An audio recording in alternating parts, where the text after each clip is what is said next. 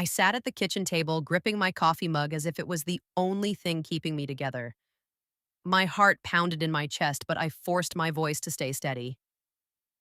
Mom, Dad, I need your help. No reaction. My mother scrolled through her phone, her nails clicking against the screen. My father stared at the TV, the remote resting in his palm. I swallowed, pressing on. I have surgery next week. I need someone to watch the twins while I recover. Just for a few days. Mom finally looked up, her face blank. That's really not going to work for us, honey. Dad sighed, shaking his head. Yeah, we've got things to do. I opened my mouth and then closed it. My chest tightened. I should have expected this. Growing up as the firstborn in a family of 4 kids, I had always been the responsible one. The one who helped cook dinner while Mom relaxed. The one who ran to the market when something was missing. The one who helped with my siblings' homework. Who got scolded when they made mistakes. Who was expected to have it all together because, after all, I was the oldest. But it was never enough. I had my twins young, and from that moment, I became a problem, an inconvenience, coupled with the fact that I was a single mother. My parents never said it outright, but I saw it in the way they looked at me. The disappointment, the judgment, the unspoken, this is your mess to clean up. Still, I had hoped, prayed, that this time would be different. That when it really mattered, they would show up for me. I forced myself to keep talking, though my voice was barely above a whisper. Please, I won't be able to move much after. The twins need someone. I hesitated before adding, I don't have anyone else. Mom sighed, setting her cup down with a soft clink. You always figure things out. You'll be fine. Fine? Was I fine when I worked 2 jobs to provide for my kids? When I cried myself to sleep, wondering if I was doing enough? When I swallowed my pride over and over again, asking for help that never came? Dad turned to me, his voice firm. We're too old for babysitting, okay? You chose to have kids, not us. The words sliced through me. I clenched my jaw, forcing back the sting of tears. I wasn't asking them to raise my children. I was asking for a few days. A little kindness. A little love. But I could see it now. There was none left for me. Maybe there never had been. I pushed my chair back and stood, my legs shaking. Got it, I whispered. They didn't even look up as I walked away. And just like that, I knew. I was on my own. I barely made it out of my parents' house before the tears started falling. I wanted to be strong, to not let their words break me, but they already had. I sat in my car, gripping the steering wheel, my breath shaky. I had no plan, no backup, no safety net. My surgery was in a week. I had 2 toddlers who needed me. And the people who were supposed to love me the most, the ones who should have been there, had turned their backs on me without a second thought. I tried to push the panic down, but it clawed at my chest. Who would watch the twins? How would I get through this alone? I called everyone I could think of. My younger siblings had their own lives and barely picked up. My parents weren't answering, not that it would have changed anything. By the 3rd day, exhaustion settled in my bones. I hadn't even gone in for surgery yet, and I was already drowning. Then, just as I was about to give up, Maya, my neighbor, knocked on my door.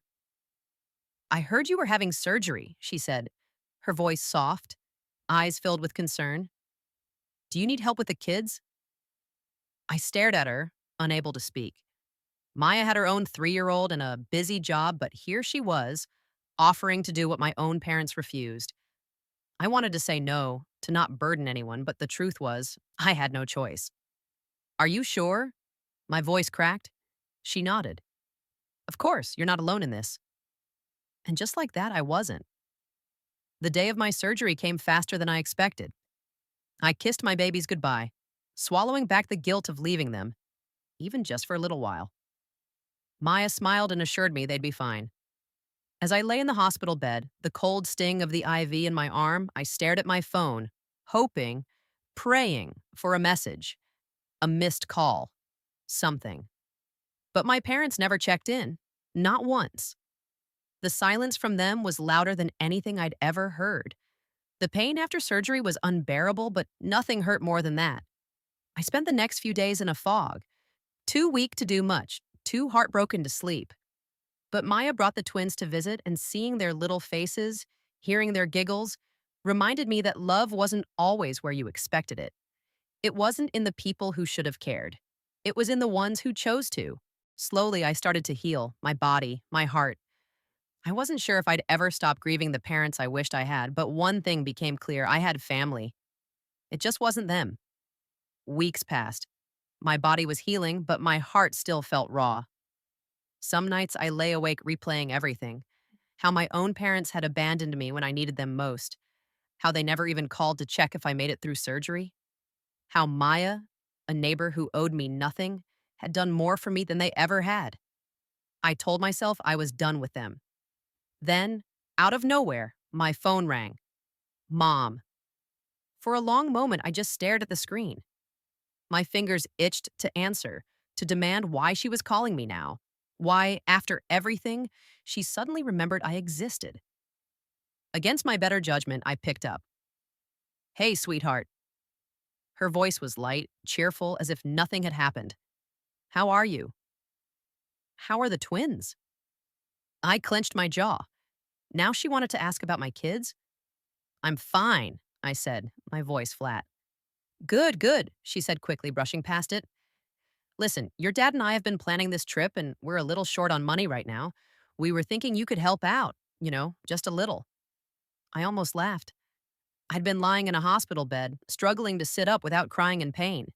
They hadn't cared. I'd been terrified, wondering how I would take care of my kids alone. They hadn't cared.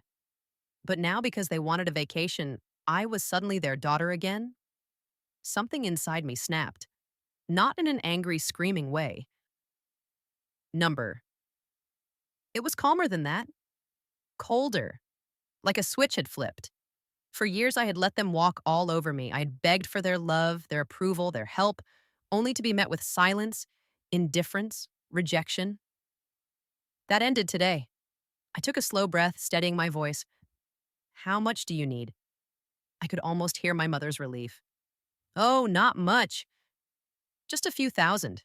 Maybe 8 or 10. Hmm, I said, pretending to think. That's a lot. Come on, sweetheart, we took care of you your whole life. I let that sit in the air for a second. Then I smiled. Not that she could see it. Right, just like how you took care of me during my surgery? Silence. I could feel her scrambling for words, for an excuse, but I didn't give her the chance. You left me when I needed you the most, I said, my voice soft but firm. You made it clear I was on my own. So now I'm just returning the favor. Wait, we didn't. Good luck with your vacation, Mom. I hung up before she could say another word. I exhaled slowly, my hands steady, my heart light. For the first time in my life, I felt free. The next few days, calls kept coming. First my mom, then my dad, then both of them together. Sweetheart, don't be so dramatic, my mother sighed over the phone. We wanted to help, but it just wasn't the right time. I sat on my couch staring at the ceiling. Wasn't the right time? I repeated slowly. I was getting cut open, Mom. My kids needed you, but your vacation plans were more important. That's not fair, Dad chimed in. We didn't think it was that serious. I let out a short laugh. So serious that I had to beg a neighbor to take care of my kids? That serious? More silence. Then my mom's voice softened, switching to her favorite weapon: guilt. After everything we've done for you, this is how you treat us?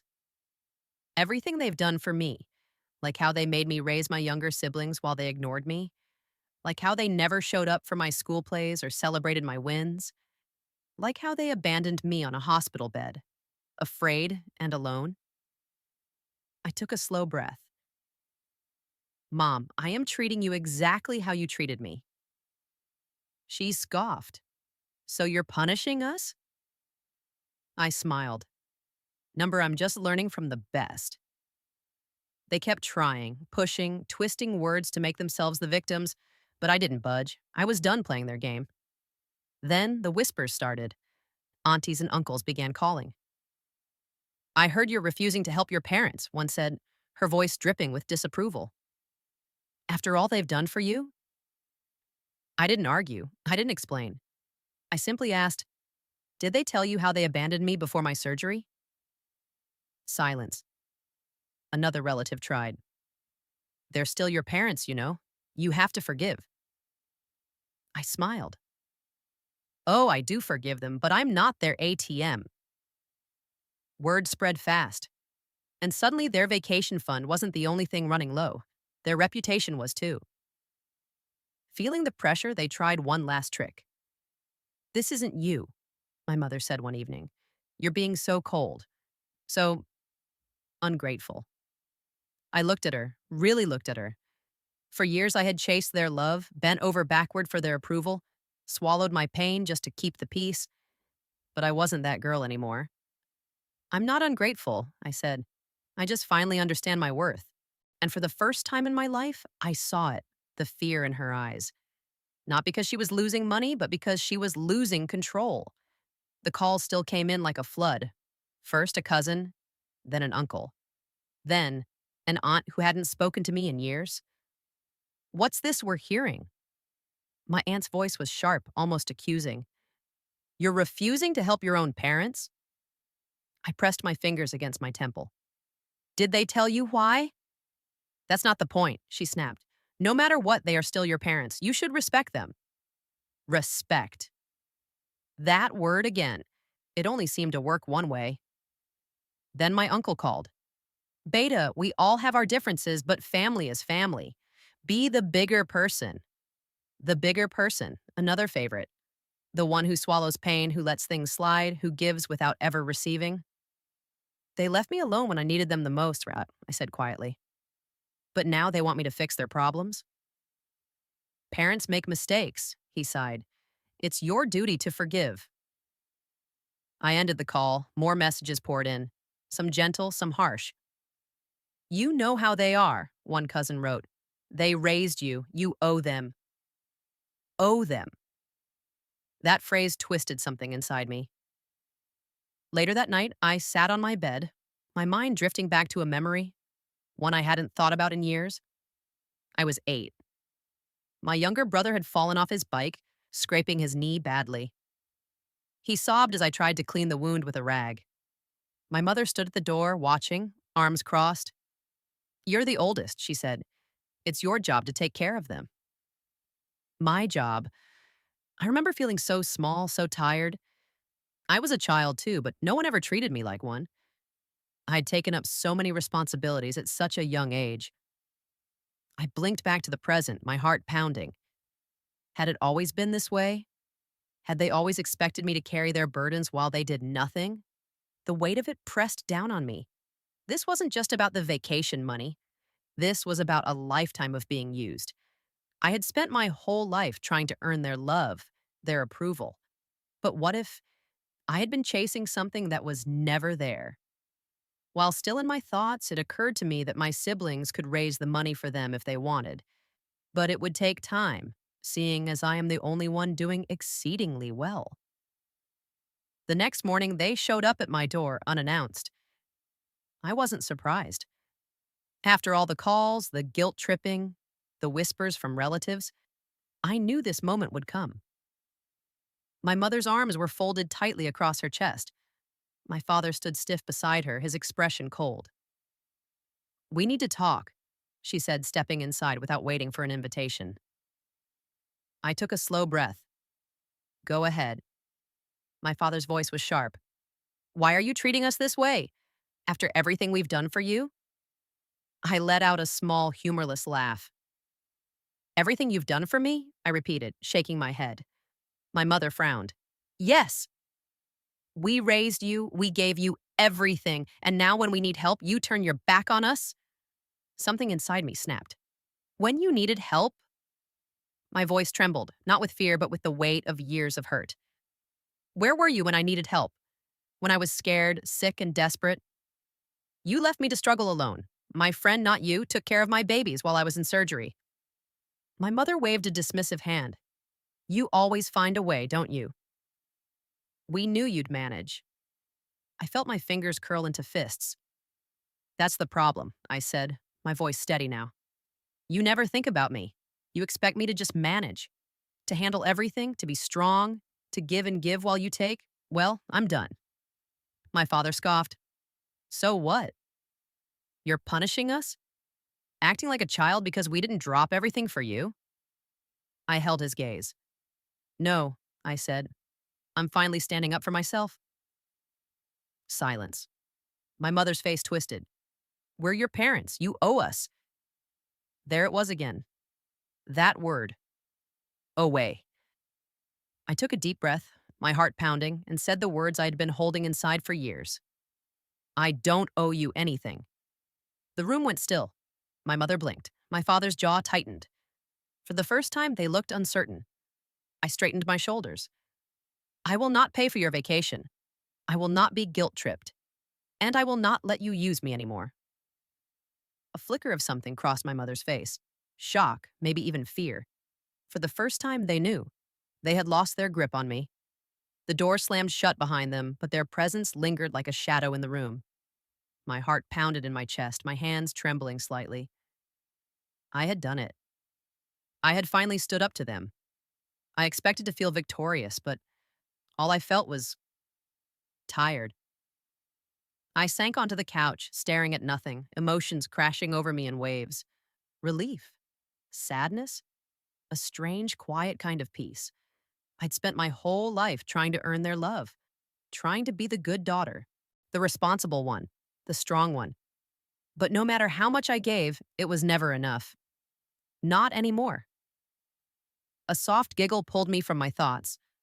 I looked up to see my twins playing on the floor, completely unaware of the storm that had just passed. My daughter noticed me watching and grinned. Mommy, come play. I smiled, the heaviness in my chest lifting just a little. I scooped them both into my arms, breathing them in. Their warmth, their innocence, their love. I may have lost my parents today, but I hadn't really lost anything. I had gained something far more important. Freedom, self-respect. I made a promise to myself that I would be the kind of parent I never had. As I held my children close, laughter filling the room, I knew I had made the right choice. If you loved this twist, just wait. There's more where that came from. Watch the next revenge story now and see karma strike again.